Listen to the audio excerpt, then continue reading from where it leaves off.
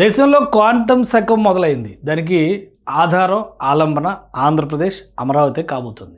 దీనికి సంబంధించినటువంటి quantum valley శంకుస్థాపన కార్యక్రమం అంగరంగ వైభవంగా అమరావతిలో జరిగింది. కేంద్ర మంత్రి జితేంద్ర సింగ్ ఆధ్వర్యంలో, అలానే ఏపీ సీఎం చంద్రబాబు నాయుడు ప్రత్యేకంగా ఈ ఈవెంట్ని స్పెషల్గా చెప్తూ వచ్చారు. మొదటి రోజు నుంచి కూడా ఆంధ్రప్రదేశ్లో ఈ ఈవెంట్ ఒక ప్రతిష్టాత్మకమైనటువంటి కార్యక్రమం కాబోతుంది. అలానే ఇక్కడ నిర్మించబోయేటువంటి quantum valley, Amaravati quantum valley AQV అని పేరు పెట్టారు. ఇది దేశానికి దిశానిర్దేశం చేయబోయేది. రాబోయేటువంటి రోజుల్లో ఒక కొత్త శకానికి నాంది పలకబోతుంది అనేటువంటి మాట పదే పదే చెబుతూ వచ్చారు. సిలికాన్ వ్యాలీ తర్వాత మళ్ళీ ఆ స్థాయిలో క్వాంటమ్ వ్యాలీ నిర్మాణం అనేది ఆ అరుదైనటువంటి ఘనత ఏపీ సీఎం చంద్రబాబు నాయుడికే దక్కిందని చెప్పారు. చాలా మంది అతిరథ మహారథులు ఈ కార్యక్రమంలో, ఈ ఈవెంట్లో భాగస్వాములు చేశారు. కేంద్ర మంత్రి science and technology, minister for state అంటే ఇండిపెండెంట్ ఛార్జ్ జితేంద్ర సింగ్ గారు వచ్చారు, ఈ ఈవెంట్కి అటెండ్ అయ్యారు.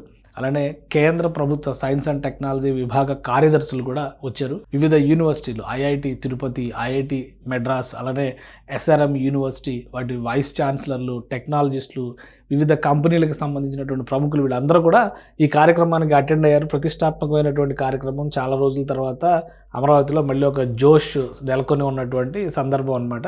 సో చాలామంది ఈ కార్యక్రమాన్ని కూడా అప్రిషియేట్ చేస్తున్నారు. ఎందుకంటే మొదటిసారిగా ఒక ఇనిషియేటివ్ తీసుకుంది ఆంధ్రప్రదేశ్ ప్రభుత్వం. పైగా క్వాంటమ్ సైన్స్లో ఇప్పటికీ అగ్రదేశాలు కూడా 1-2 దేశాలు మినహా ఏవి కూడా దీనిపై ఇంతవరకు ఎఫర్ట్స్ పెట్టలేదు. ఇప్పుడు కొత్తగా ట్రైనింగ్ కార్యక్రమం, దానికి సంబంధించినటువంటి మానవ వనరులు, టెక్నాలజీ, దాంతోపాటు వివిధ రంగాల్లో మెడికల్, హెల్త్ కేర్, అలానే agriculture, science and technology, computer sciences, అలానే ఫిజిక్స్కి సంబంధించినటువంటి వివిధ రంగాల్లో దీన్ని ఉపయోగించబోతున్నారు. సో కేంద్ర మంత్రి సీఎంతో పాటు రాష్ట్ర మంత్రివర్గంలో సగం మంది దాదాపు ఇక్కడ అటెండ్ అయ్యారు.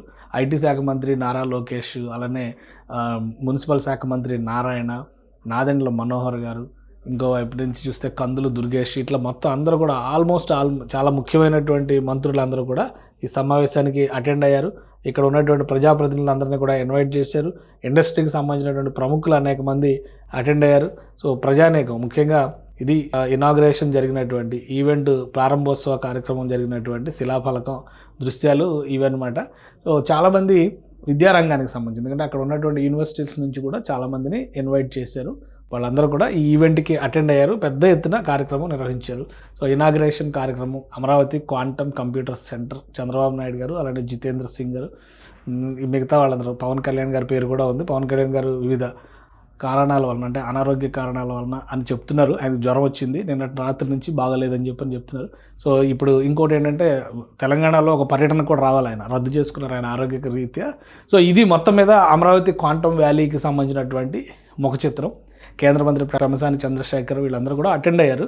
సో ఒక అరుదైనటువంటి ఘట్టం, రాష్ట్ర చరిత్రని మార్చిపోయేటువంటి ఘట్టం. క్వాంటమ్ సైన్స్లో కనుక అమరావతి ముద్ర బలీయంగా పడితే రాబోయేటువంటి రోజుల్లో ఐటీలో బెంగళూరు ఎట్లయితే లీడ్ తీసుకుందో, క్వాంటమ్ సైన్స్లో ఖచ్చితంగా అమరావతి ఒక లీడ్ తీసుకునేటువంటి అవకాశం ఉంటుందని చెప్పి భావిస్తున్నారు. దీన్ని ఇంటిగ్రేట్ చేస్తూ అనేక విద్యాసంస్థలు, అంతర్జాతీయ విద్యాసంస్థలను కూడా ఇక్కడ ఆహ్వానిస్తున్నారు. పరిశోధకుల్ని, ఆయా రంగాల్లో కృషి చేసినటువంటి ప్రముఖుల్ని కొత్తగా శిక్షణ ఇచ్చి దేశవ్యాప్తంగా ఇప్పుడు ఒక 50,000 మందికి ఈ అమరావతి క్వాంటమ్ సెంటర్కి సంబంధించినటువంటి శిక్షణ కార్యక్రమాలు ఆన్లైన్లో జరుగుతున్నాయి.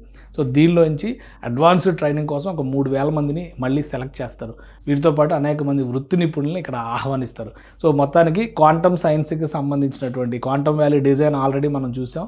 ఇప్పుడు నిర్మించబోయేది G+1 మోడల్లో కడుతున్నటువంటి నిర్మాణ ప్రణాళిక. ఈ G+1 మోడల్లో దాదాపు 50,000 SFTతో ఈ నిర్మాణం జరుగుతుంది. తర్వాత దాన్ని అక్కడ టవర్ల నిర్మాణం కూడా పెద్ద ఎత్తున చేపడతారు. దాదాపు 8 టవర్ల నిర్మాణం, అంటే 80 లక్షల SFT వరకు నిర్మాణం చేసే దిశగా అడుగులు వేస్తుంది రాష్ట్ర ప్రభుత్వం. ఆ నిర్మాణ ప్రణాళిక అంతా కూడా కంప్లీట్ అవ్వడానికి కొంత టైం పట్టచ్చు. కానీ దీనికి మాత్రం టైం లైన్ పెట్టారు. 6 నెలల్లో, మ్యాక్సిమం జూన్ జూలై నాటికి ఈ భవనం అందుబాటులోకి రావాలి. అక్కడ యాక్టివిటీ మొదలు కావాలి. IBM, TCS, L&T ఈ మూడింటితో కలిపి ఒక ట్రైపార్టీ అగ్రిమెంట్ జరిగింది ఆంధ్రప్రదేశ్ గవర్నమెంట్తో.